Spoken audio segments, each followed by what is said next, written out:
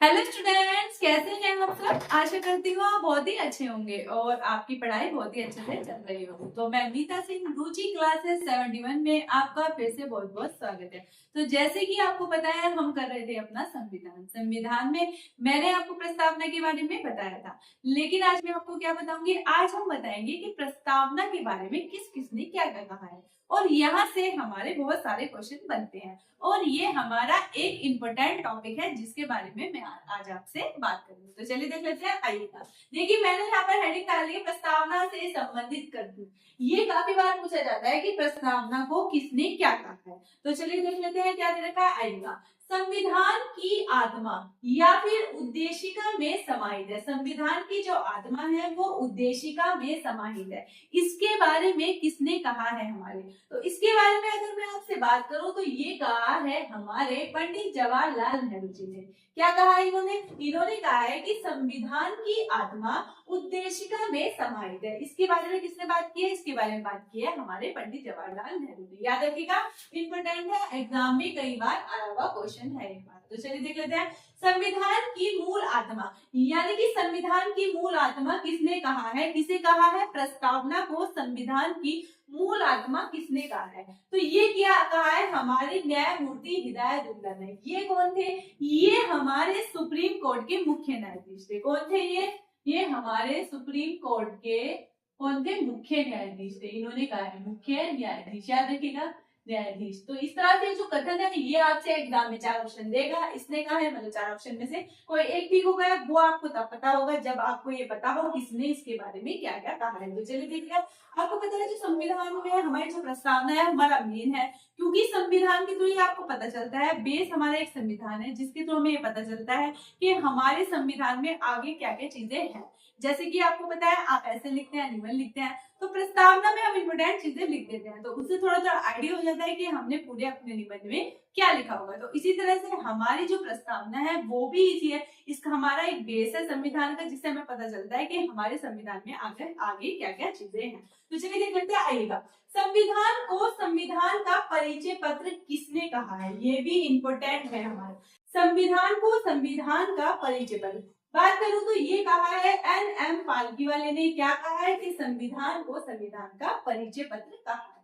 4 number की अगर मैं आपसे बात करूं तो आता है हमारा उद्देशिका। उद्देशिका को जन्म कुंडली या जन्म पत्री, या देखिए या तो आ जाएगा जन्म कुंडली का है, या फिर आ जाएगा आपको जन्म पत्रिका है, या फिर क्या आ जाएगा हमारा राजनीतिक कुंडलिया।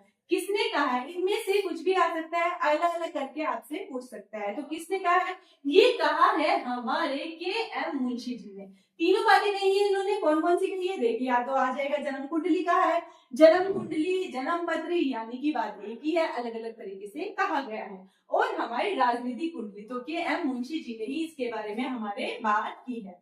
अब बात कर लेते हैं संविधान को महत्वपूर्ण अंग एवं आत्मा कहा है। महत्वपूर्ण अंग और आत्मा किसने कहा है, ये हमारे कहा है ठाकुर दास भार्गव जी ने। किसने, ठाकुर दास भार्गव जी ने हमें क्या कहा है, इन्होंने कहा है संविधान को महत्वपूर्ण अंग एवं आत्मा कहा है। चलिए तो अब बात कर लीजिए। देखिए एक चीज और आती है इसमें, डॉक्टर भीमराव अंबेडकर जी हैं, उन्होंने आर्टिकल 32 को क्या कहा है, आर्टिकल 32 को संवैधानिक उपचारों का अधिकार, या फिर मैं आपसे कह सकती हूँ संविधान की हमारी आत्मा या हृदय कहा है। किसे कहा है, इन्होंने कहा है भीमराव अंबेडकर जी ने। और किसको कहा है, ये कहा है हमारे आर्टिकल 32 के बारे में इन्होंने बात किया। जैसे कि इन्होंने संविधान प्रस्तावना के बारे में बात किया, इन्होंने इस तरह से इसे आर्टिकल 32 को कहा है कि संवैधानिक उपचारों का अधिकार है, संविधान की आत्मा है और हृदय है। ये भी क्वेश्चन हमारा काफी बार बनता है कि भीमराव अंबेडकर जी ने आर्टिकल 32 को क्या। तो चलिए देख लेते हैं। आएगा संविधान का सार। क्या बात कर रही हूँ मैं आपसे, संविधान का सार या फिर राशिफल के बारे में। संविधान का सार या राशिफल किसने कहा है, ये हमारा कहा है सर अर्नस्ट। किसने कहा है, सर अर्नस्ट बार्गर ने। किसने कहा है, या फिर संविधान की कुंजी। संविधान की कुंजी भी इन्होंने कहा है, मतलब इन्होंने 2-3 चीजें कही है, या तो संविधान की कुंजी कह लीजिए, या संविधान का सार, या फिर राशिफल क्या है, ये किसने कहा है, हमारे सर अर्नस्ट बार्गर ने। ठीक है, सुभाष कश्यप की अगर मैं आपसे बात करूं, सुभाष कश्यप ने इसके बारे में क्या कहा है, इन्होंने कहा है संविधान शरीर है, संविधान क्या है, शरीर है, तो क्या है, तो प्रस्तावना उसकी आत्मा है। कि संविधान हमारा शरीर है ना, तो आपको पता है हमारा शरीर बिना आत्मा के उसकी कोई वैल्यू ही नहीं है। तो मेन चीज क्या होगी कि हमारी संविधान शरीर है तो प्रस्तावना उसकी आत्मा है, यानी कि प्रस्तावना हमारी कितनी ज्यादा मेन है इसके बारे में इन्होंने भी बताया है।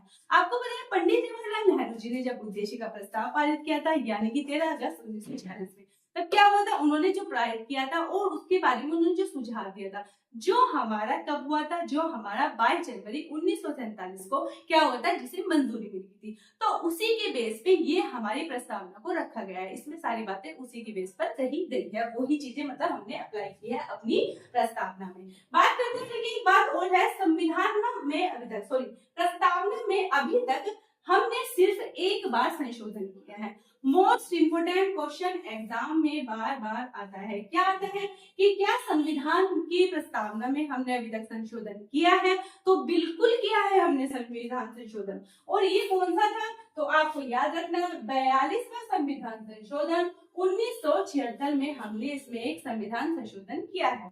और इसके तहत हमने क्या जोड़े थे, 3 शब्द जोड़े थे। 3 शब्द वे कौन कौन से थे, इससे भी हमारा क्वेश्चन बनता है। तो पहले की बात हमारा इसमें बात करूं तो था हमारा समाजवाद, क्या था, समाजवाद। दूसरा था हमारा पंथ निरपेक्ष, और तीसरे की बात करूं तो था हमारा अखंडता। तो ये हमने 3 वर्ड जोड़े थे। तो ये भी क्वेश्चन बनता है, आपको 4 ऑप्शन दे दिए जाएंगे, आपसे पूछेगा इसमें से कौन सा हमारा प्रस्तावना में जो हमारा संविधान संशोधन हुआ था इसमें से कौन सा हमने इसमें नहीं जोड़ा था। तो 3 जोड़े थे, 3 आप याद रखेंगे तो आप पक्का बता देंगे इसमें ये नहीं जोड़ा था। तो कौन कौन से थे, वो थे हमारा इसमें अखंडता, समाजवाद और हमारा पंथ निरपेक्ष। तो ये जो मैंने आपको बताया है प्रस्तावना के बारे में मोस्ट इंपोर्टेंट टॉपिक है, मतलब यानी कि इसमें किसने क्या क्या कहा है, इनसे हमारे अरविंद क्वेश्चन बनते रहते हैं। तो मैं आपसे मिलती हूँ नेक्स्ट वीडियो में, प्लीज बताइएगा आपको क्लास कैसी लगी। Thank you.